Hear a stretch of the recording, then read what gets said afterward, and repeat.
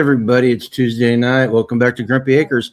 I am by myself right now because somebody got home late. She's standing over there yakking with Skane's girl right now. And so you probably hear that in the background. May sound like hens cackling. I don't know. It's up to you guys. Let's see who's in the chat before we do anything. No Quarter was first. Mississippi Homestead. Lucy, how you doing? No Quarter says second. Just the first loser. There you go. I was always shooting for the stars, right? No Quarter. Randy Pitts is in the house. Jerry's in the house. You gonna say hi to your hi? Hi, Daddy. I got your text. She said she got your text. And you're welcome. Hi, Joseph G, how you doing? Gregory. Skane says hi, adopted daddy. Skane says hi, adopted daddy. Len's in the house. Let's see who else we got. And Starlet's here. Well, See you Thursday. Angela's gonna be here in a little bit. She's gotta get Skane's out the door, and then she's gonna go change into comfy clothes. She didn't get home until like about 15 minutes ago. So, as always, grab your favorite drink tonight. I'm just drinking water tonight, but I gotta tell you something. This is tap water, and I've been drinking water out of the Brita, and the tap water, it just doesn't taste right. There's something in it that just is not right. I need to fill up the Berkey again, and that's I said Brita first, it's Berkey, but I need to fill that up and have it going. You guys go. Hey, take that outside. They're just over there yakking away. They don't care. But so yeah, get your favorite drink tonight and let's have a good time. As always, Tuesday night is a homestead update, let you know what happened around here. And then we're going to talk about something afterwards that is a takeoff from something that was said last week. Before we get going, any new subscribers in here, if you're lurking, go ahead and jump into chat and let us know you're here. And I want to say thank you for joining us. And if you're in the chat on YouTube, make sure you get the live chat, not the top chat, because they want you to stay in top chat because all the comments don't get put in there. Yeah, sister's yakking it up. Absolutely. Yeah, and then, well, let's see what else we got.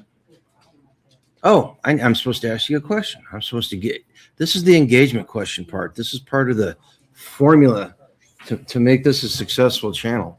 So how's everybody doing? Seriously, in all seriousness, we got 2 days before Christmas. Is all your shopping done? Are you ready to go? Is the food almost ready? Starla says she's just checking in to say hi. Not going to stay on. Pretty depressed right now. Could sure use some serious prayers.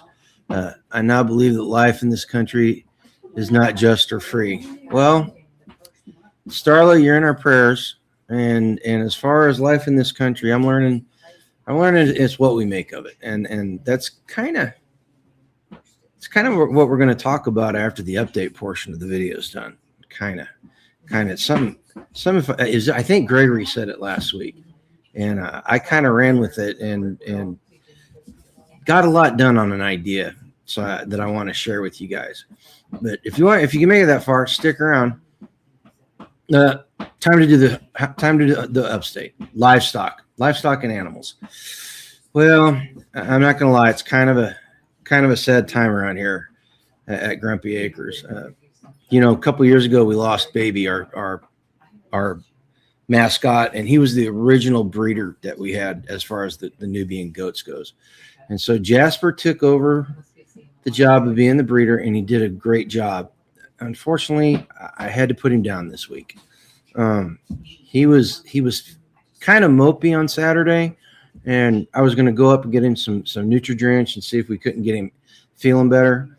Well, sometime Saturday night, he got his horn caught underneath the bottom wire on one of the cattle panels out in the pen, and apparently thrashing around, he bent himself around so his neck was in a U shape.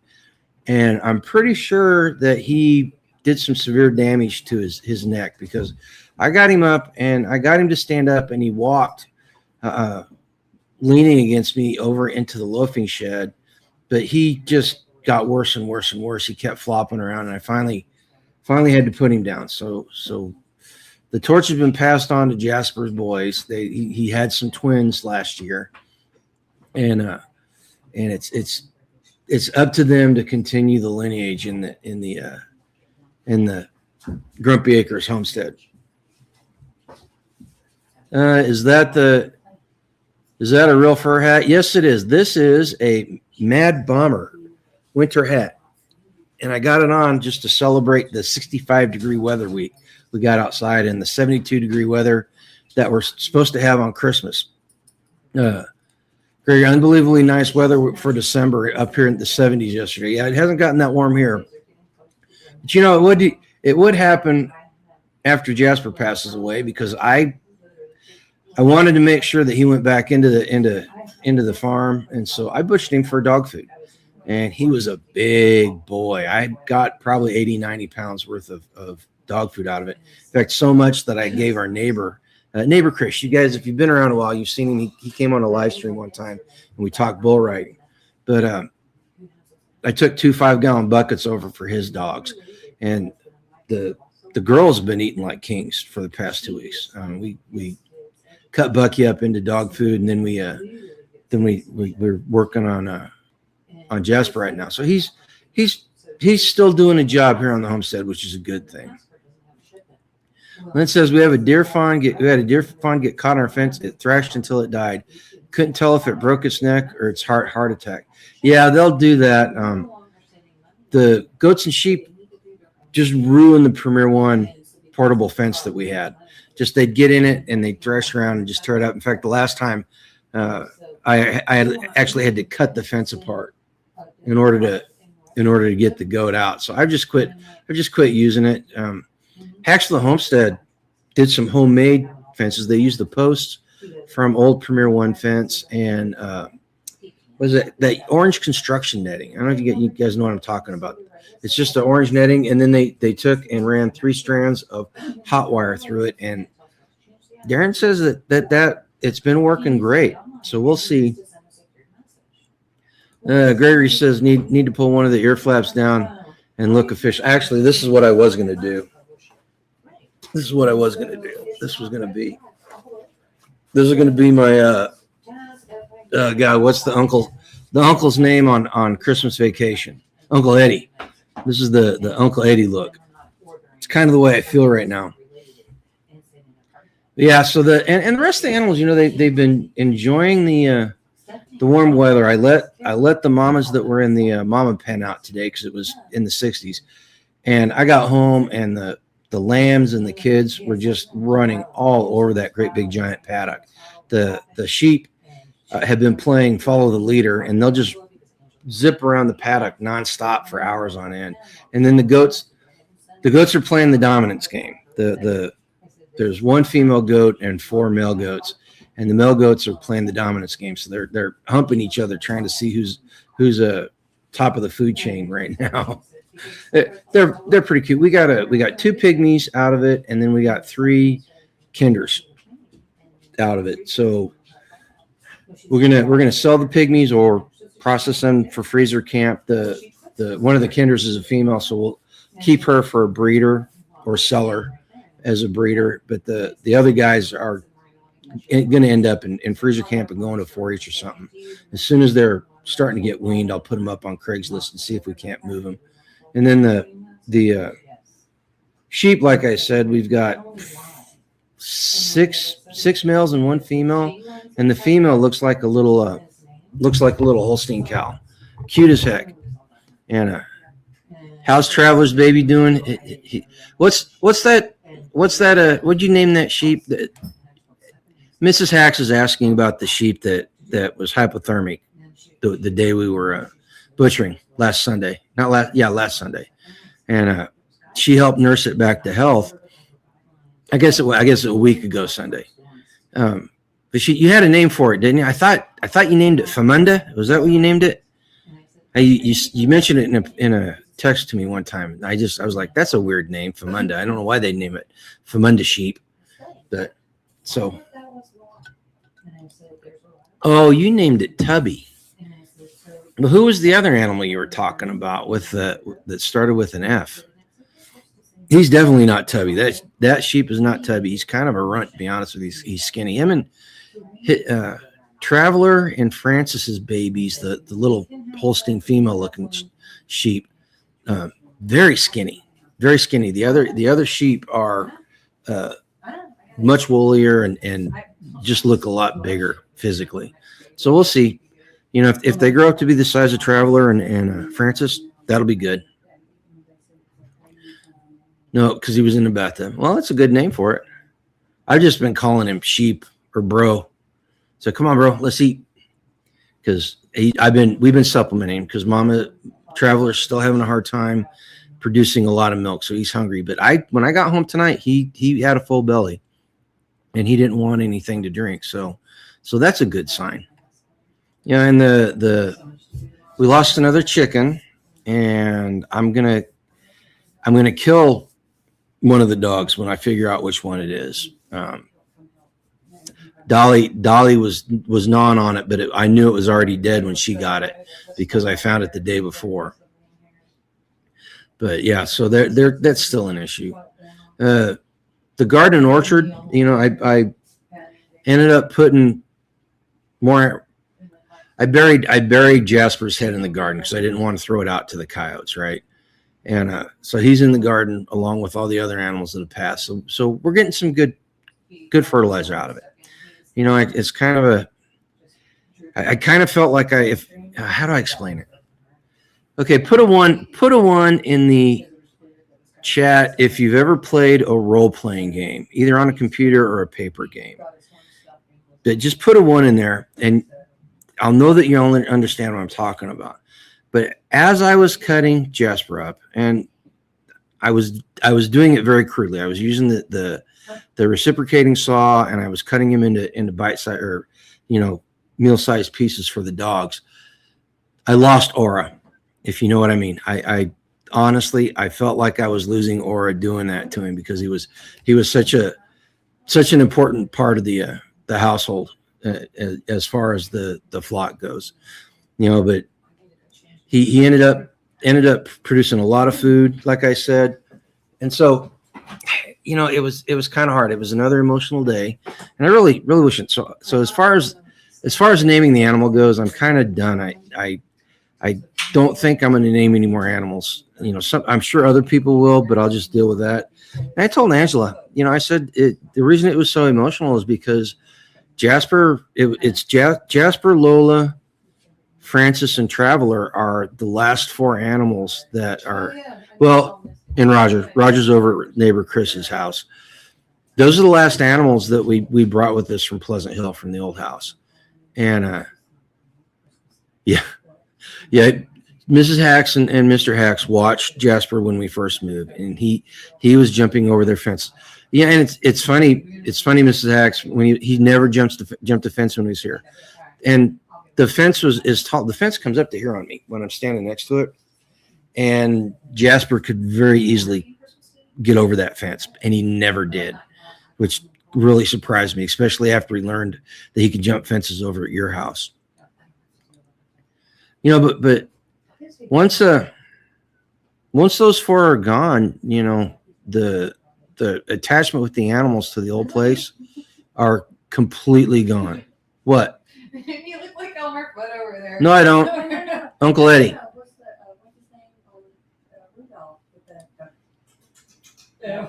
Oh, they're saying I look like Cornelius Jack. No, this is my tribute to Uncle Eddie. See, they've been over there yakking. How long have I had my hat like this? 5 minutes, 10 minutes now? Oh. And they're just now noticing it. That's how little they care about the update. No. She's probably getting ready for things. Oh, let's see here. But the garden is, it's the garden. You know, I'd like to give you an update on stuff that happened around here as far as the plants go. No animals have dug up the chestnut or pawpaw seeds, though. I don't know if I told you that I buried a couple of buckets, half filled full of dirt and half filled full of sand, buried them out in the garden up to the rim, and then I planted the seeds in there. And yeah, I know I did tell you this. So this is just a refresher for anybody that doesn't remember like me. Yeah, and so they're surviving. I may need to go get Yeah, names mean attachment, not good. You know what though? It's turkey. whenever they become a integral part of your plan and they're with you, like because we had baby was 12 years old when he died last year or 2 years ago, and Jasper we're trying to figure out, he's either 6 or 7 years old. So they become part of the fixture out in the pasture. They're just part of there, and you talk to them, and sometimes they talk back.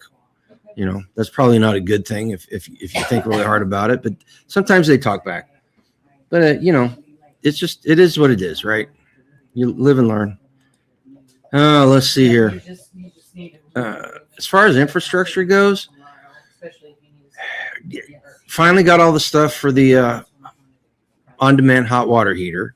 They sent the manifold. I got it. The only thing I'm missing is a 36-inch piece of 3-inch, 5-inch concentric stainless steel pipe. It's part of the vent. I learned that the vent on a on-demand heater is a lot hotter than one on a conventional hot water heater. So you have to have a special pipe. You want a non-condensing concentric pipe. So and it's got to be metal because the PVC will melt. And if you get the galvanized, it comes out so hot that it'll off-gas the chemicals in the galvanized steel, which isn't good. And so that's there. And I'm going to start putting stuff together. I was telling Angela, we're not going to be able to do anything with the plumber until after New Year's. So I'm just going to start working on it a little bit at a time, doing what I can do on this end before he gets here. I want help hanging the water heater and connecting the gas, because that's the part that'll kill me if I don't do it right. So everything else I've done before, and so it should be pretty good. But it ended up costing, I don't even remember what we paid for the. I don't even remember what we paid for the hot water heater itself, because we bought it when we first moved in with the intention of putting it in way sooner than we have. Money ran out. But the rest of it, I think I've spent close to $600 on parts and stuff, and admittedly, I'm putting in an expensive manifold, but it's going to give me the option of turning off lines by itself. Mr. Hack says they've been finding mullen crowns around the property now. You know what? I found cleaning up some debris. I found several of them too, which was really cool. And I didn't pick any this year. We had some. I had a beautiful mullen plant that had the seed pod was a good 6 feet up in the air. The thing was huge. And I didn't even pull any leaves off of it or anything. But that's one of the things with the garden and the medicinal plants we were talking about. We're getting to the point now to where we need to start actively using that stuff, going out and getting it and not just using it occasionally, but harvesting it and using it all the time. Oh, that reminds me, I got black walnuts out in the greenhouse that I need to get, because they're ready to crack and eat. Love some fresh walnuts. That was one of the things I remember. Randy says natural gas or propane. It's propane. It still goes boom. It goes boom just as easily as natural gas if you screw it up. So that's what I want a plumber to help with. But I got the walnuts are out there, and I got a bunch of loofah I need to get and get cut up and get the seeds out. Oh, look who came to join us. Oh, sorry. I had just walked in 5 minutes before, and I had to get some stuff for skiing. So so we're working on that hot water heater, and then I was telling her that this winter, we're finally going to have some disposable income. I'm starting to get projects together for when it gets too cold really cold to do anything outside.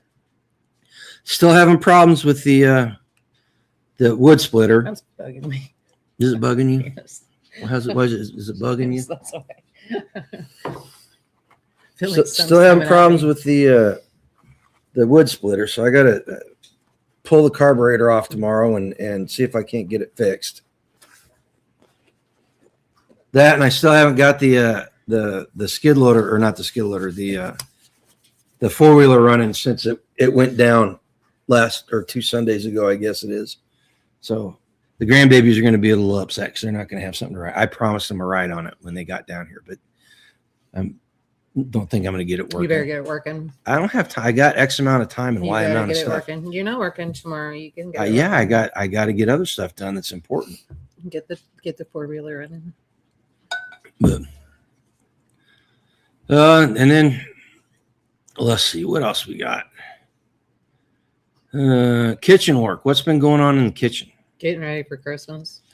So sent out several Christmas gifts. I've been making cheesecake like nobody's business. So got those cheesecakes done. Now I got to get the cheesecake done for our family. And then I'll do that probably tonight. She made beautiful cheesecakes. Probably, as far as the presentation goes, probably some of the best ones she's done in a long time. Really? Oh. And we gave them to my coworkers as Christmas presents for them and their families. So I'm helping Nick take him out to the car. Yeah. And Christina was in the break room. And I said, Christy, did you see these? Nick had one in his hand. He goes, show her the cheesecake. So he's got it in his hand like this, and he goes like this, and the cake shifted, and he almost dropped it. Oh, He got really close. I took it away from him and carried both of them out to the car. I was like, you're not allowed to carry them. You get home, you call your wife and have her come out and take. And then, he can't eat on Christmas Eve because of the thing he's doing. Oh. But they told him he could have cheesecake on. He can have cheesecake up until Christmas Eve. He can't have anything on Christmas Eve. So the cheesecake's gone tonight. So I told him, I said, eat some of that cheesecake before you have to go on your fast. They enjoy my cooking, so I don't mind.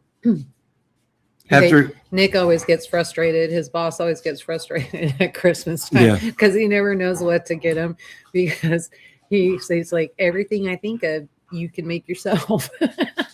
So I just make them stuff. Yeah. So what else? What are you cooking for Christmas dinner? We're gonna do, so like we have more people coming now, so now I'm worried about the size of the turkey, but we're gonna do a turkey. We're gonna do a ham. I think I'm gonna pull out a lamb roast. If you can get me a lamb roast, we'll do a lamb, or I can get a beef roast. I think I've got beef roast back there. That should be more than enough food. I mean, you've seen the way that the hacks eat, and I see the way you cook, and you got more than enough food. I don't know. And then your son, and then so we got everybody coming. We're gonna have a full house. We're pulling in another table, so I got to get all that stuff moved, and the buckets, after I'm done cooking everything, the buckets need to go back, and I got to get this place cleared. Skane's going to come over and help me cook tomorrow. I've sent her on errands tomorrow because we're trying to get her a Kansas driver's license. It's unbelievable to me that things are happening, and the ironic things that are happening in Wisconsin right now. And I can't get someone who born in the United States living in the state of Kansas. I cannot get her residency established here. And so now we're trying to do it under the gun. So I've been telling her for 6 months to get this done. And anyway, so now her back's against a wall. So we're trying to get things pushed through and get stuff done for her. So luckily there's a couple of things that God was smiling. So she has some mail delivered here, so thank God. Hey, good news on the homestead. We got eggs. We didn't get many, but we got eggs. We've got 2, and I didn't check tonight because I came home and started cleaning. Mm-hmm. But we've had 2 eggs a day for the past 4 days, 5 days. Like that. One day you brought in 3. So we've got eggs for the first time in 2 months, which is cool. They're gonna dry up as soon as the weather turns cold. Yeah, as soon as the hard freeze happens. But hey, at least the girls are producing, so I'm happy for them. I kind of went out and threatened them. Told them I was going to shoot them all if they were just going to be pets. They don't listen to when you do that. No, they don't respond. They don't respond to threats. We got eggs, they don't respond to threats. Apparently, they did. Let's see here. You any personal projects going on? You doing anything cool? Just getting ready for Christmas, getting all this stuff done.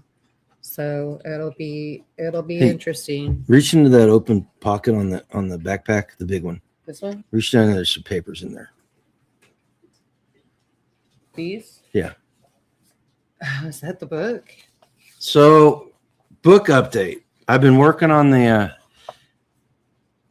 the artwork generated for it, and Did you get the copyright done? not yet.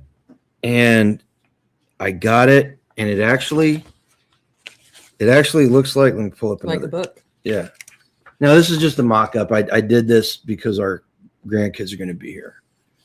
But I've got all the artwork done for it except for the cover and the back cover, and I'm not quite sure how to do that. I think whenever I talk with a publisher, I'm going to ask them what I need to do and go from there. But I've got that. The cover should be colorful. I can read that to the grandkids this weekend and get their take on it and see if they really like it or not and see how it goes. And I think I'm going to send a copy to Trad Wife so her kids can look at the artwork too. Okay. Susie is getting ready for 25 of our family for Christmas. Man, I'm not going to lie. I don't miss those big Christmases. So I have a feeling like I keep getting text messages, and so and it's fine. Everybody's welcome. So we'll just figure it out. So I think we're gonna do a girls' bonfire tomorrow night. I gotta get with Misty and see if she's available to come over. We're gonna just do girls. You're not allowed. I don't care. You can build the fire, but you're not allowed to sit out with us. You are strong. You is a strong, independent woman. You is capable. You is smart. And you is love. First of all, you are not Oprah Winfrey. And second of all, I definitely am not the other Tootsie Roll. So stop it. You is intelligent. Stop it. Stop it. So yeah, that's that. And I got the first draft for another book written, which we're going to talk about after the update. Kind of cool. It actually turned out way better than I thought it was, especially for how fast I banged it out. Filming updates. I've edited some of the stuff from the live last week. I think I'm going to finally have a chance tomorrow. I've got some time to edit it and get it finalized in video format. So you may actually have some other videos. If you were listening on the live last week, you've already seen the content, but it might entice new people. Eventually I am going to get back in the swing of things. Why are your hands so filthy?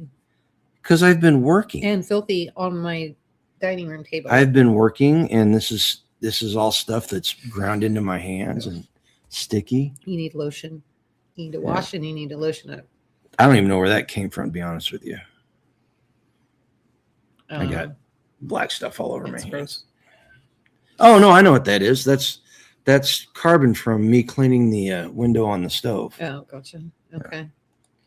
So Randy, I was doing that, and it does work with the beans and the rice and pasta are too precious to me, so I didn't do that.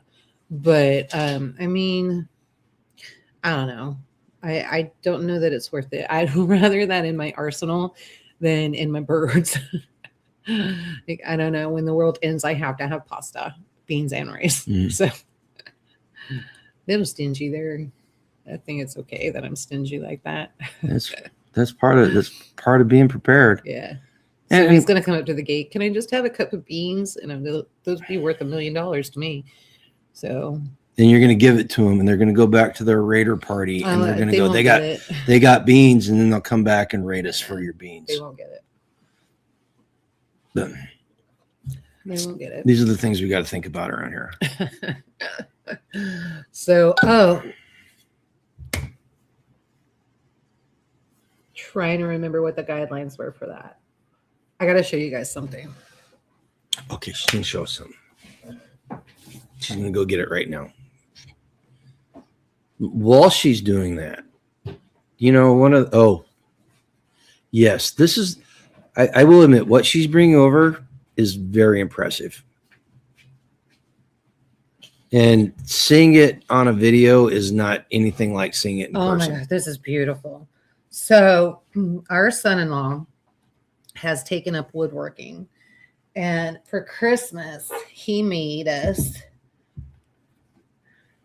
this cutting board. And see the juice grooves, like the guy that was mentoring him told him that it shouldn't have grooves. And I'm like, yes, it should. So like, you don't want it all over your counters under your table. But then even on the back, if I wanted to use the other side, it's all finished. It's just beautiful. He just did a really good job. And the thing about it is there's 3 different types of wood in here. Mm-hmm. And if you run your finger across it, you cannot tell where where the seams are. He did such a great job. Yeah, it has, very impressive. It has thought it was in here. It's got well, hold on a second before you say anything. They sent do's and don'ts. They sent care instructions and do's and don'ts on how to use it. No serrated knives, duh. But anyway, it's the thought that counts. And so it's made of walnut dark wood and maple light wood. So anyway, I can't tell what that says. I don't have my glasses on. But anyway, so just super cute. Super wonderful. Absolutely beautiful. And it's going to be our charcuterie board, our feature of Christmas dinner. Christmas baby Yoda is right up there surveying the kitchen. That's the Yoda on the. I seriously have a Christmas Yoda.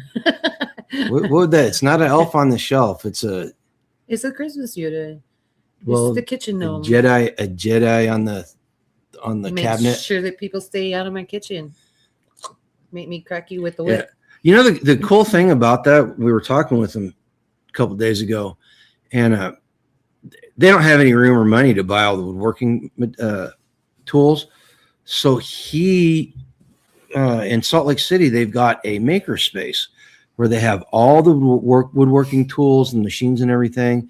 And he pays $50 a month, and he's got unlimited use of it. He has to supply his own wood, but he has unlimited space use of all the tools. Yeah, and they do everything like 3D printing. They've got the materials for welding. He said some other stuff too. There's like just anything, auto repair. There's just anything you can think of. They do that, and the membership for military is $50 a month. Okay, Randy, you have a Merry Christmas. Be safe. Randy, yeah, have a safe Christmas.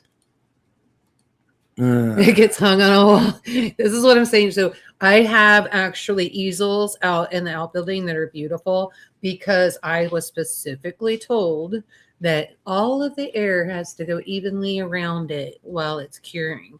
And so it needs to rest on its side. So I have had it on the counter resting on its side, but I need an easel brought to me so that I can put it on an easel. But yes, I agree with you. It's very special. I am super proud of that. What else we got? That's about it for the. I'm not going to lie. This week just kind of every day just kind of melded in the next. At work, there were like 2 or 3 really cruddy days, and I just came home and it ended up working until 7:30. So I'd say work for me this week has been tough. I mean, I just been. It seems like I was in FIU, which our fraud unit. I literally almost all day today. I mean, it's getting to the point that a coworker of mine, every time I come by, he's like, "Oh my God, not again!" And like, because I'm getting like really bad cases, and so we're talking about like checks going out to the IRS and then being stolen and being washed and being cashed, like really super bad, ugly. So, and not a fun thing to have customers like that dealing with this stuff. At Christmas time, because it really sucks. So, are you advertising EMP Shield? No, I'm just drinking out of my cup. Just happens to have an EMP Shield logo. And you can use the code Grumpy to get $50 off. off. I need to make a commercial for 50. So, but yeah. So now's the time, guys. I'm just going to remind you. Now's the time that if you have online banking, you need to be looking at your accounts every day, if not twice a day. And you need to really stay on it. Yeah, Mr. Hacks, the son of Hacks, has been working on vehicles. I got the rundown on what happened, and I can say, your day was just as your Sunday was just as crappy as my Sunday. Yeah. Lynn says I'm starting to get used to being retired. Every day is Saturday or Monday, depending on what I feel like doing. You lose track. You lose track. Sometimes I'm like, what day is it? So luckily there's a timestamp on the computer, so it tells me what day it is and what the date is and Well, what time it is. And I'm going to be honest with you. You know, I've said it before. My job, even though I'm in computers, is about 90% customer service and managing expectations. And I had a couple of days where between users and vendors, I was just ready to freaking call it quits. Seriously. Speaking of calling it quits, we won the lotto again this week. No, we didn't. I had the tickets checked last night. I was said- wrong. Oh. I thought we did, but I don't know. We're $1 down. What I read and what the guy said is wrong. So I don't know. He had the machine, so I'm guessing he was right. Uncle Google was wrong. Uncle Google can't be wrong. It's you. No, I mean, It was you misreading it. whatever. So anyway, no, we didn't. But yeah, I could have killed a vendor and I could have killed an entire department at work. But You know, it's really funny, interesting to me, and I think it's going to get worse, but I can't wait for it to get better. It's just the closer and closer we get to Christmas, the meaner people are getting. yeah, It's craziness. Crazy. But there's some nice people too. And so my shopping experience last Saturday was wonderful. It snowed a little bit and, you know, it was wintry. People were opening doors and helping each other out. She's been dun dun dun dun. Charge.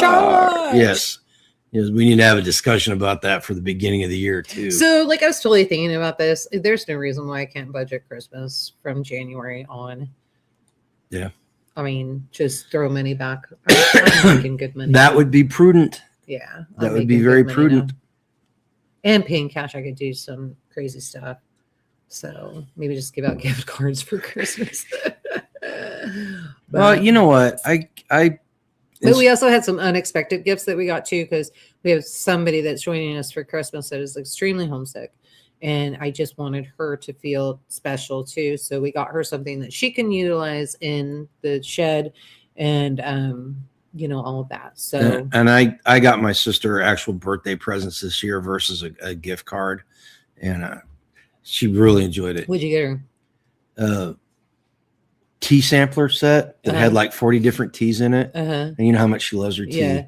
And really nice fleece lined hoodie. And I was I texting. thought that was for me. I was texting her and she was upset because it's been 70 degrees in Colorado. She can't wear it. Well, I thought that was for me. So now I'm kind of like, meh. Oh yeah, I saw it, but mine got returned. Yeah, because Well, that's what I thought it was mine. Oh. So he put all of that on mine, especially since I'm the one that picked it out. That's okay. I always get left behind. actually I picked that one out. For her. Yeah, I had to ask our daughter to find out what she wanted. You know, and it was cheaper. It was cheaper than the gift card, and she enjoyed it more. Good. So that's a big plus. Yeah. Sucks kind of having a December birthday because you get lost in the shuffle. Yeah. We always had a hard time balancing that when she was young, because there's a age gap, 11 years between you and your sister, 10 years. Hey, Tiger. And so she was a teenager when Garen and I got married. So we were always trying to help her, like, with college and high school and stuff like that, especially with college. It would always be, I just felt bad for her, but I knew she needed it. So it would always be school supplies or she managed fees or whatever. She managed to graduate college without any student debt. So good on her. Yeah. She was a very good waitress, and she was waitressing down in Branson, hosting tables, that kind of thing. And then it was dating Elvis. Impersonator. And so, but she always did really good, and it wasn't a lot. It was just here and there that she needed help with books and that kind of thing, and we were happy to do it. So, yeah. Gregory says there seems to be a lot of pressure on everyone this time of year. Mm-hmm. Yeah, divorces. Yeah, a lot of pressure. But what I'm seeing is like getting phone calls that we looked at our account balance and we don't know what's going on. They're not keeping track of what they're spending. And this is my fear going digital because people are not keeping track of what they're spending. No, they aren't. No, I am. So, but. Well, so you're doing it on purpose? Yes. Oh my God. I'm saving money. She's everything is on sale. She's saving money by spending money. I got $100 in free groceries. You should be happy with that. How much did you have to spend? How much did you have to spend? Because I got an army I got to feed. You don't have an army. I got an army. There's 2, Data. 4. I got data. No, don't tell no names. 2, 4, 7. 6 of us. 11 people. That's nothing. I got a feeling there's going to end up being more. But anyway. I'm not inviting anybody else. Oh, there would be people that will just show up. No. And then I can't. How do they know? How do they know? Because I can't say no. And people are going to say stuff. And I don't want anybody sitting at Christmas by themselves. No. So. And I was even going to call Chris and Misty and invite them over. I don't know how much Chris can eat, but Misty can at least get. I got to admit, this is the first year in 4 years we've celebrated a proper Christmas here, and it felt good being able to invite people over. It did. It felt good. Impressive. Yeah. Yeah, a squad. Yeah, 2 fire teams. Yeah. That's what you ought actually to do. It's 3 Open fire up the shooting teams. Range at Christmas. Weather's going to be nice. Yeah, it's supposed to be in the 70s here. Tiger says they get rewards from schmucks on stuff I was going to buy anyway and ended up getting over $100 in groceries. See? So you had to spend money. You had to spend money to get that for free. You're She said anyway. You got to feed everybody. She said she got it for free. Tiger, I get you, girl. He doesn't understand. Saw one video where the mother spent $1,000 per each child. Oof. Even when we were doing. I hope that's like one electronic and some clothes. Oh my gosh. Even when we were doing really well, we never spent that money on the kids like that. Like we are under 1,000 for everybody that we buy for, and so but that includes groceries and eating. And so, however, well, I don't know what you did for me. I don't know how much you spent. So I'm just talking about me. But so it was so cute. I got to tell you this. So was it Saturday we opened up presents with the kids? Yeah, It was right before they were leaving for Colorado. And so we were opening up presents and we had sent all of Jane's presents out there and the kids' presents. And so we sent the kids a gift card and then sent them the Without Rule of Law card deck. And they thought that was awesome. And so they're going to be playing that with all their friends are former Mormons. They're former Mormons. And so they're going to play that with them. And so they're super excited about that. And then Jane was opening up her presents. Well, the first ones she did, I always get each one of the grandbabies an entire outfit. So they get like kind of a jacket and then they get shirt and then a pair of pants or, a dress or whatever I find. And so I had sent her an outfit. And she opens up the first one and she's digging through the box and she pulls out the shirt, the sweater, and she's looking at that and she loves it. And then it was a Snoopy snowboarding. Yeah, snowboarding. And then she picked up the pants and she looked at the pants and she looks in the box and she's like, "There's nothing else here. I'm supposed to get socks and underwear. Where are my socks and underwear?" So I'll have to make sure I add socks and underwear next year. Correct me. So the grandkids got some really neat stuff this year. But I got to tell you what, her Nona and Papa, her other grandparents, got her one of the coolest dolls I've ever seen. So the child is into cryptids, and cryptids, the Bigfoots and chupacabras. She likes the chupacabras, and so she wanted a chupacabra doll, and they found this kind of chupacabra. They found this. It's a dog toy, chew dog toy. This chew toy that's a dog. It's a big doll. It's about this big, and it's got its mouth open, and there's a little stuffed dog that fits into it's a goat. I'm sorry, a stuffed goat that fits into this monster's mouth, and so it looks like a chupacabra sucking on a goat. I need me one of those. I haven't seen them, so but I need to ask Tara where she found that at. Hack says it's Christmas all year around here. A new tool, new gate, garden tool, even a new livestock animal. Yeah. I was telling somebody 2025 really sucked. It was TC. I was telling him, and we were talking Merry Christmas to each other, and 2025 really sucked. But I got to admit, on balance, the Christmas season has made it a little bit better. It has. It's made it more sufferable. It's been less stressful around here, so the enjoyment of giving has been better around here. And Garen and I are givers, and so liar, you're such a liar. He's a good giver. Sometimes he gives too much, and he can be taken advantage of. And so I have to try and keep him balanced and keep my foot down on that. Sometimes. You're the only person who's ever brought people into our household that's taken advantage of us. So there's that. We just try to help, and we want people to be happy. And so it's a balance we've learned, and it's a learning curve. So we're getting better, but it's nice to be able to actually enjoy it and watch other people enjoy what we're giving and what we're doing. Right. So, because we haven't had that in a while, It's been kind of crappy. You try to help somebody and then they want to sleep until 6 o'clock and ask you if they help with chores after it's dark. Like, we're going to bed. I don't know what your issue is, but we're going to bed.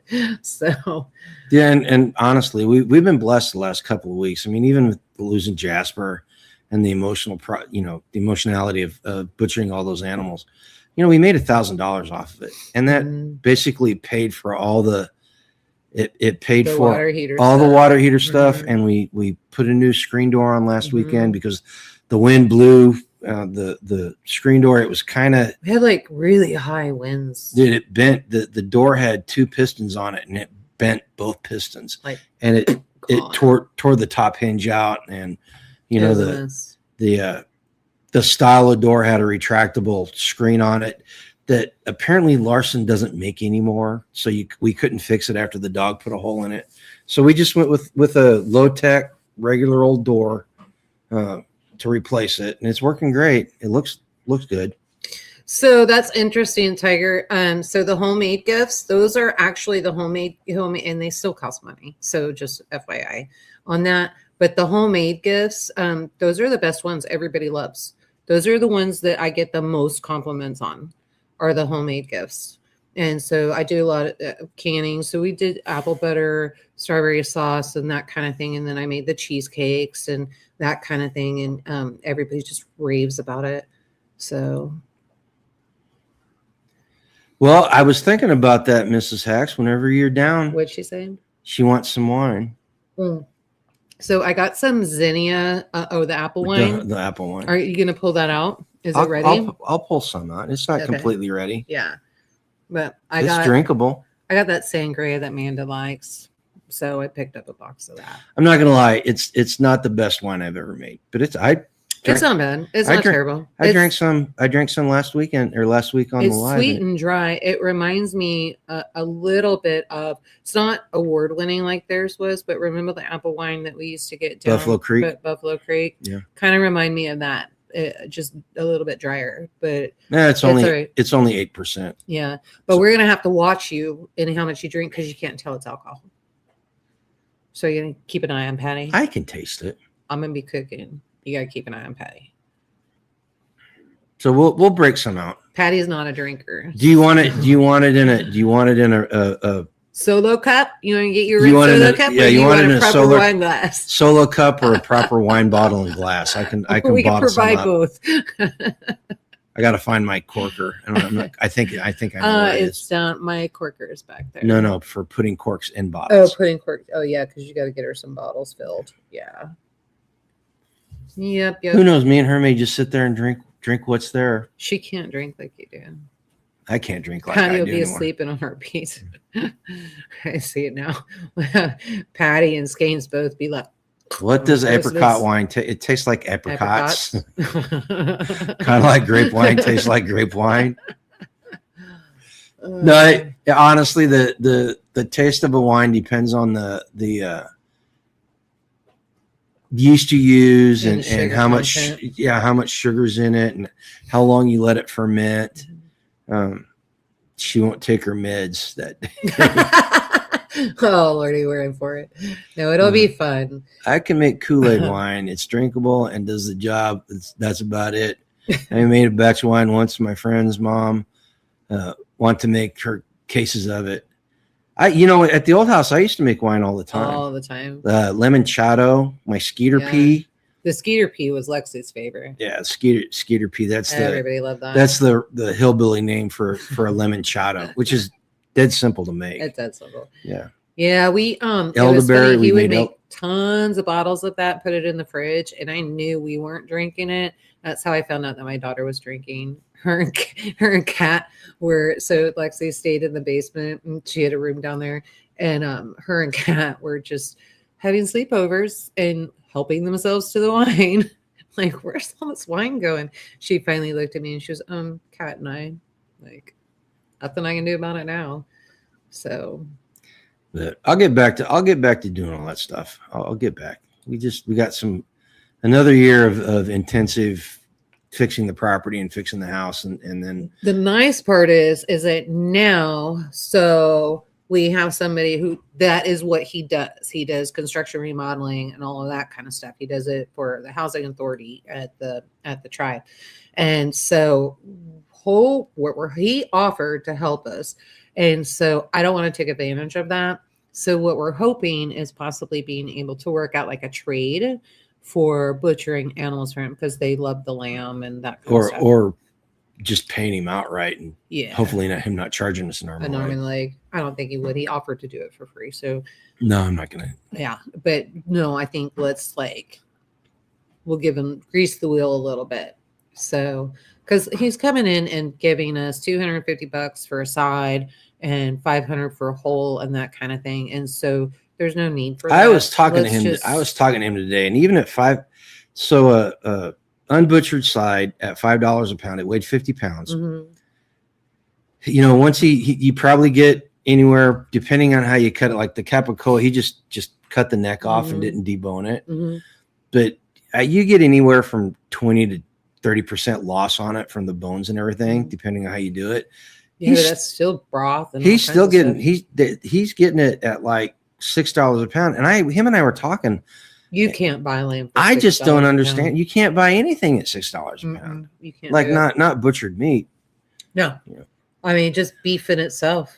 I went to go because I thought I was gonna do it was a prime rib roast, and so I went and I'm looking at them. They're on sale, and I thought, oh, this would be really good. And so then even on sale, they were $10 a pound. $150 for a roast. Like, I'm not doing that. Yeah.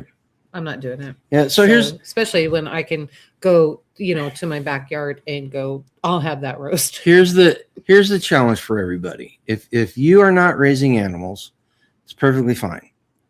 The challenge for 2026 is to get a relationship with a local rancher farmer and start buying farm killed meat and either learning how to butcher it yourself or have somebody else butcher it for you, because honestly, you're going to save hundreds, thousands of dollars. Yeah. Depending on how much you eat, but I mean, you'll save anywhere between 30 and 50% on your meat budget per year. And you're getting better quality meat. We still feed ours, especially this time of year, they eat a lot of grain. But yeah, there's still the marbling on the sheep and the goats was perfect. More chickens than people here. Yeah. Here chicken's pretty high too, I think, anyway. But considering how many chickens we have, and I can take a chicken anytime and a turkey anytime, I don't really worry about it. Turkey's lucked out. The turkey's lucked out that we got some free turkeys from a tipped over freezer truck. Yep. But had we not had the frozen turkey in there, they'd be in there. One of them would have been. One of them may still end up in there. I got to evaluate the turkey and the people. Let me evaluate the meat, and then we'll see. What are you talking about? I may need another turkey. For when? If I can't find a roast back there. For Christmas, I'm not butchering a turkey. I'm not butchering a turkey. It's too late. Buy one. We'll do a roast. Then don't We'll just buy do a one. roast. We'll just do a roast. You don't need any more food. I think we do. No, you don't. You got sides. You've got everything. You're perfectly fine. We'll see. No Court is just hoping that my foot will stop being as painful and get back to more normal feeling in 2026. Right now, the pain is killing me. You know, I really got a feeling that 2026 is going to be a really good year. I really have a feeling about this. And let me tell you why. So I stopped at a gas station today and I had to fill up. Do you know what I saw the gas price was? What? $2.15 a gallon. I haven't seen that in years. And then I'm looking and I'm seeing our situation and what's going on. And I'm like, that's getting better financially. There's like a lot getting better. And then as I listen to a lot of conservative radio, and as I'm listening to it, there are people calling in to the show that are complaining about the price of things. And they're literally lying about the price of things. Like Roma tomatoes being $60 a case when they're not. They're $35 a case, and they, saying they're higher this year than they were last year. They're the same price, depending on what the season is, between $35 and $60. So it's the same thing. So I'm like, when people start getting in that and they want to bash it and make you feel bad and turn it around and all of that stuff, that tells me that warrior is doing something good and making it better. It's going to be a good year next year. So Hacks, the Mr. and Mrs. Hacks, can you verify that statement that I've got from Lynn up there on the screen? Can you tell if that's a true statement or not, or if he's just fibbing? I just want to make sure everybody's fed. I don't want anybody to go hungry. Hack says there's gonna be enough food for him. You should never ever walk away from a meal hungry. This should never happen. And I've been in situations like that where there was not enough food to eat for everybody to eat. So have you. And so this is not a thing. Ooh, I got to get the Jesus potatoes done. I got to get those ready. Those got to be mixed tonight. Sorry, like things are coming up now. I'm like, because we need Jesus potatoes, mashed potatoes. We're going to do stuffing. And then I'm going to do a clam stuffing. And then because there's some don't eat shellfish. 2 types of potatoes, 2 types of stuffing, 2 types of meat. And then I'm going to make mom's clam dip. We got to have clam dip. And then I've got clam dip and chips and charcuterie board. So we got the charcuterie board going. And then I've got the turkey, the ham. We got the yams going. Oh, 3 types of potatoes. And then, what? Not 3 types of potatoes. The Jesus potatoes, the regular mashed potatoes, and the yams. Yams? Well, sweet potatoes. Okay, all right. So I got to get the yams going. And then you wanted the cream cheese with jalapeno jam. So I've got that. And then we're going to do another one with fig jam and then crackers. We're running the risk of people starving when they come over. You can see. Make sure everybody's fed. Like, this is a thing for me. Lynn's getting fatter just listening to you. So anyway, everybody will get fed. I got a lot going on. And Skane's going to come over and help me tomorrow. So we'll get everything done. Charcuterie and stuff. But we won't eat hacks. 4:30 is when we're telling everybody they can come over. Kids will end up getting here about 12:30, 1 o'clock, Ian said. So we'll open gifts real quick and then get on. You're welcome to come while they're opening gifts, but you don't have to. No quarter says, don't forget the deviled eggs. I got it. Amanda's deviled eggs. I got eggs. So I've got the eggs to do the deviled eggs. And so you got to have olives. That. And so, yeah, of course you have olives. So you got a charcuterie board. Our Italian feast is usually on New Year's Eve because her god sister married an Italian guy, and they have the Feast of the Seven Fishes on New Year's Eve, and it's good. Yeah, I do miss their parties. Well, now the kids are married and everybody's moving away, and our kids are married and everybody's moved away, and so we could have a proper one and not be bothered by all the whining. Oh, that's but you wouldn't have anybody make cry when you're playing cards. I know Brandon's going to Alaska. I always make him cry when we play cards because we do Tripoli. So we'll play like well into 12 o'clock at midnight, 1 o'clock in the morning, that kind of stuff. And always somebody ends up crying. So my godson just laughs and he's like, you make him cry every year. Like, he's too sensitive. He just needs to get over it and not be so sensitive. But I guess my dad has been walking Angie through like travel plans, places to visit, and all that up, and all that's going to make her feel better about him going to Alaska. So we'll see what happens. Hopefully, they won't be gone too soon. So even Lexi was like, "Well, can't you just rent your house out? Don't sell it. Just rent it out, so you get a place to come back to." It's actually a Mad Bomber hat. The Kazakh hat is a little bit different style. This is more of a Yukon Jack or Klondike Jack, whatever what's the dude's name you guys are making fun of from What's at 9 p.m.? It's 9 p.m. That's the time. Oh, are we going too long? Yes, you're talking.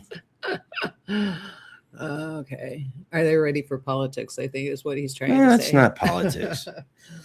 So anyway, all right. Well, I'll go start getting eggs boiled so I can do that. And then that way they can be peeled tomorrow and I can get everything ready and cold first. Yukon Cornelius, that's the dude's name. Yukon Cornelius. It's still the Uncle Eddie hat. Okay. Skins and I just got a good laugh out of that. That was funny.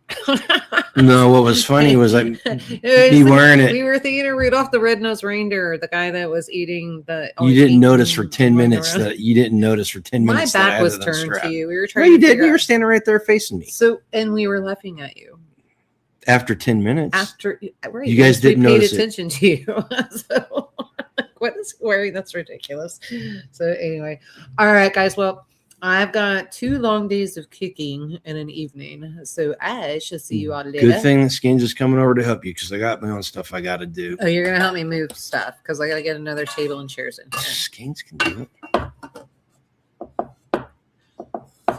I'm not going to make her do all that. You're the man. I got to clean a carburetor and get the 4-wheeler running. You said so. I know, but still. So that's not going to take a long time over there. Oh, okay. It's not going to take a long time, and nothing has to be perfect. You do not appreciate my efforts. Give me a break.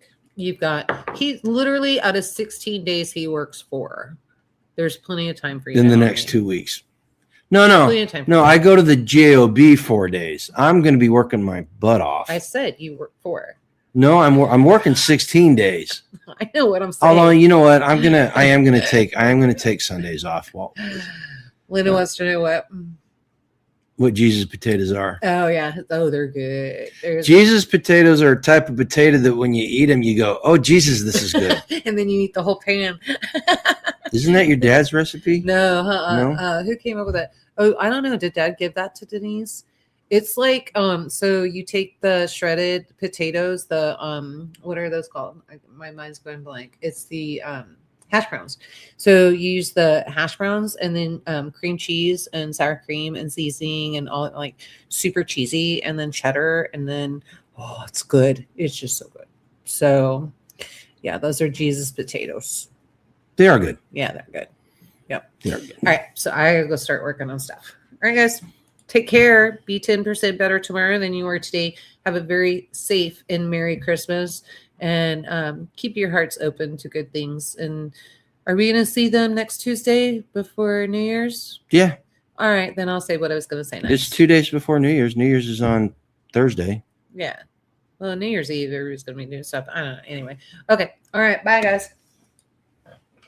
All right. Midwest says good night, Yoda. Good night. Okay, so what I wanted to talk about after we got done with the update. So if I remember correct, Gregory, you correct me if I'm wrong here. You made the comment last week about somebody needed to write a book called The Rogue Revolutionary. And I started thinking about it. And the very next day, I had some time at work and I started brainstorming the idea of what that book would look like.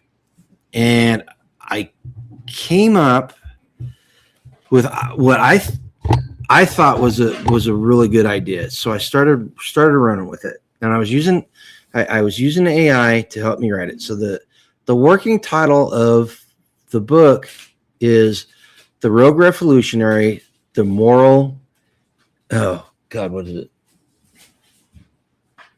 The Moral something project, restoration project, the Moral Restoration Project. And the book is aimed at patriots who are frustrated with what's going on and are not quite sure how to proceed forward. And I ended up writing a first draft of the book in about 5 days. It's very rough. It's very short. It's not nearly long enough to be a publishable book yet. But the canon, the canon ideas are there and represented. I think I got it pretty well nailed down. So what I wanted to talk to you guys tonight about was I wanted to go over basically exactly what a rogue revolutionary is, and just give you an idea about what this new book is going to be about.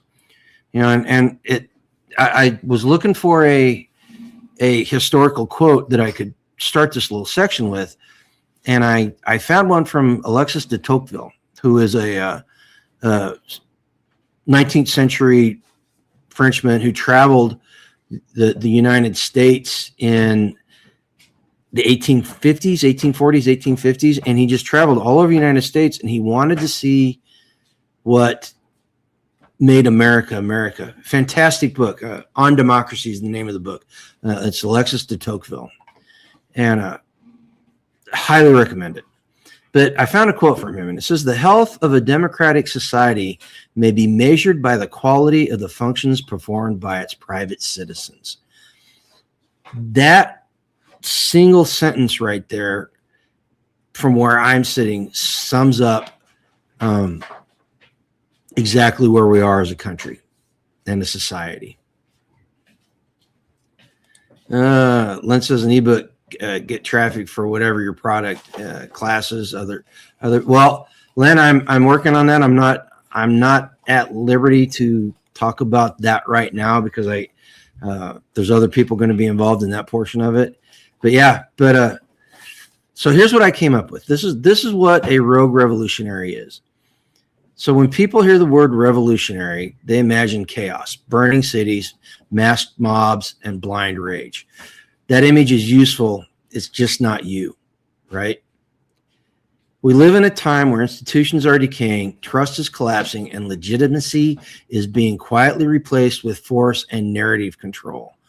Many people feel that something is deeply wrong, but they don't yet have language for what resistance actually looks like. So we're going to clarify something very carefully, and that is what it means to be a rogue revolutionary, and just as important, what it does not mean. Because confusion here doesn't just weaken movement, it destroys them. So rogue revolutionary is someone who is principle driven, not emotionally driven. They don't react to what's going on around them. They act deliberately. There's a little bit of stoicism in this. Anger may wake you up, but it cannot lead you. Emotion is volatile. Principle is durable. You are not rebelling because you are offended. You are resisting because truth, order, and legitimacy matter. A rogue revolutionary operates locally, not abstractly. You don't save the nation first. You stabilize your household, your community, and your town. Real revolutions don't begin on national stages. They begin where responsibility can't be obstructed or outsourced. I'm sorry. Influence grows outward, never downward from centralized power. A rogue revolutionary builds before he confronts. This is a critical part here. You don't burn down what you cannot replace, and you don't oppose systems without building parallel ones. Think about everything that's going on in our country right now. How many things that can't be replaced in communities are being destroyed because people are reacting in anger instead of looking for the future and building. Economic independence, skills acquisition, mutual aid, and moral credibility. These are the currency of the rogue revolutionary. The rogue revolutionary is dangerous to a failing system because he no longer depends on them. A rogue revolutionary is disciplined. Discipline is what separates reformers from mobs.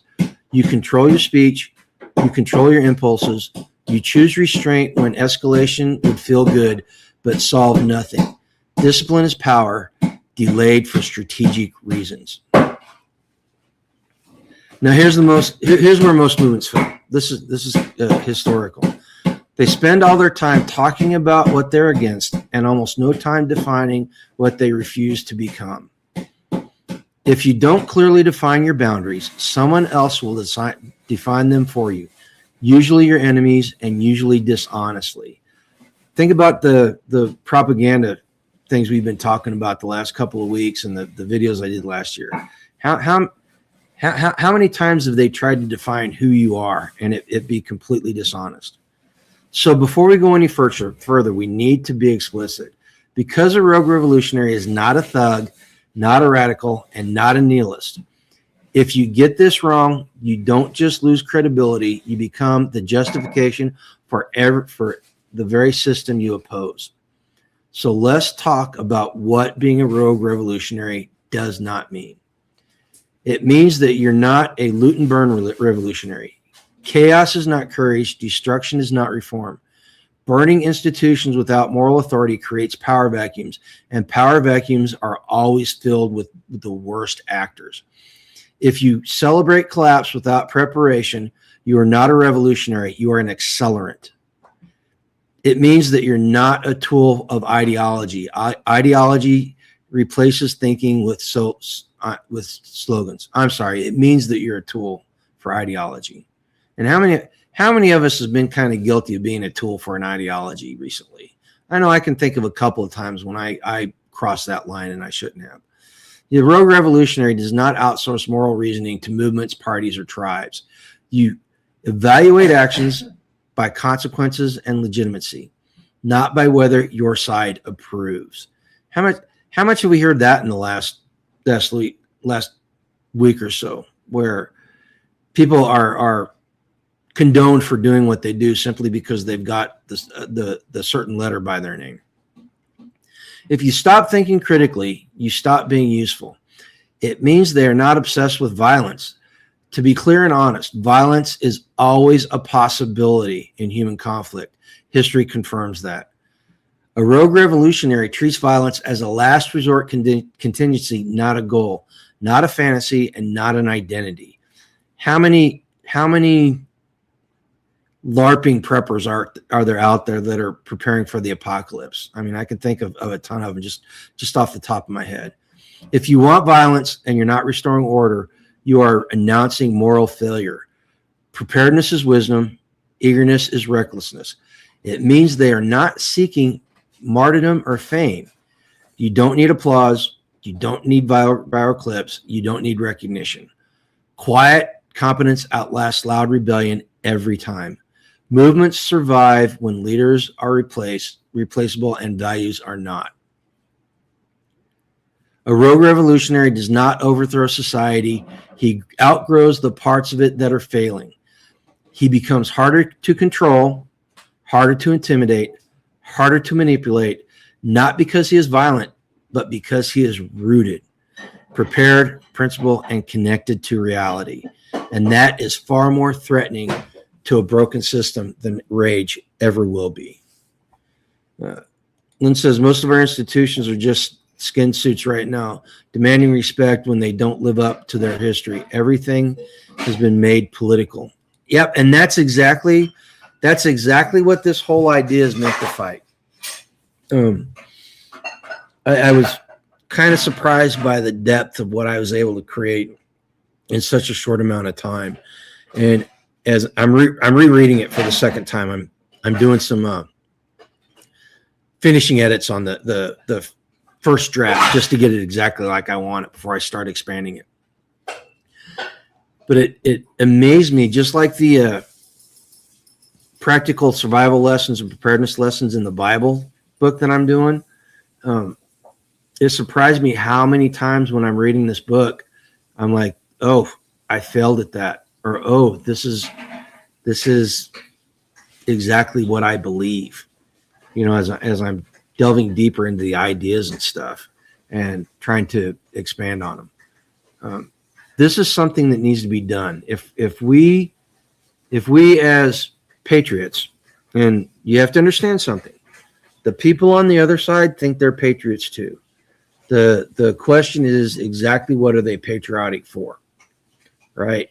And if you're standing side by side with me, it means that your patriotism lies in the ideas and the morals and ethos behind the founding of the country and the ideas that are expressed within the Constitution. And the ideas expressed within the Constitution go way beyond the Constitution itself. In fact, if the Constitution changes and they amend it so it's not what it originally intended to be, then it loses all legitimacy, and we start resisting. So that's basically it in a nutshell. I hope that I'm able to get this to a point where I can share more with you in the near future, and I certainly hope I'm able to make this business proposition that I put forward to someone today. I hope I can make it a reality, because I literally foresee a nationwide movement growing out of this. And I'm not talking like a Charlie Kirk type of movement. I'm talking about a more quiet type of movement where a core group of people buy into this, and then they quietly share with other people, and we start changing things. We're always talking about community and how community starts locally. This is how we do it. This is the everything that we've said about community in the past is why it's important, and this is the mechanism on how to make it the way it should be. It really, quite honestly, it fits in really tightly with that whole portion of our channel, and it ties in pretty tightly with the full spectrum preparedness portion. The basis that I did the urban survival videos on. It all fits together pretty tightly, and it's all interconnected. So hopefully we can make this happen, and see if we can change some hearts and minds, man. That's where you win the revolution. All right. Unless you guys got something else, the other thing I was going to talk about, but I kind of set it off to the side. Man, it boggles my mind that the people that broke the country and the people that are committing crimes and doing illegal stuff, that they somehow manage to always paint themselves as victims. The Somalis that stole $9 billion, those people are victims. Only that they've counted so far. The illegal aliens that crossed into our country, breaking our laws, they're the victims. The sex trafficker, the Massachusetts husband or father, Albrego Kilmar, he's a victim. Although he's walking free in the United States now. That's because he is a victim, he was able to walk free. He is walking free around in our country right now, because some judge decided that he was a victim and that the federal government was mean. That's exactly what I'm talking about. These are the type of things that create the circumstances where somebody can become a rogue revolutionary. It's all out there, and it's a simple fact of America in 2025. And I have a feeling that it's going to get worse before it gets better. All right, but it will get better. It's going to get better because we're going to do it. Lynn says, hone your message, find and defend all arguments against it. Talk to as many people as you can. Absolutely. And that's one of the canon. I've been using AI to work on making it understandable. And one of the rules on the canon is it can't be rhetorical. It can't just be filler. It has to be rooted in some solid ideological thing. And AI has caught a couple of things that I've written down and said, okay, hey, you need to evaluate this. And so, yeah, you're right. I need to hone it. 315,000 invalid votes in GA in 2020.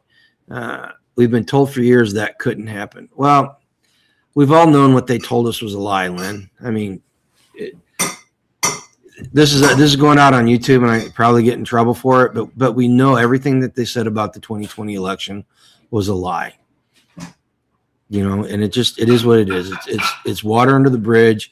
We can't change what happened. All we can do is keep it from happening again going forward. And they showed us their hand, and it's going to become harder and harder for them. They tried to manipulate the 24 election too, but they weren't able to.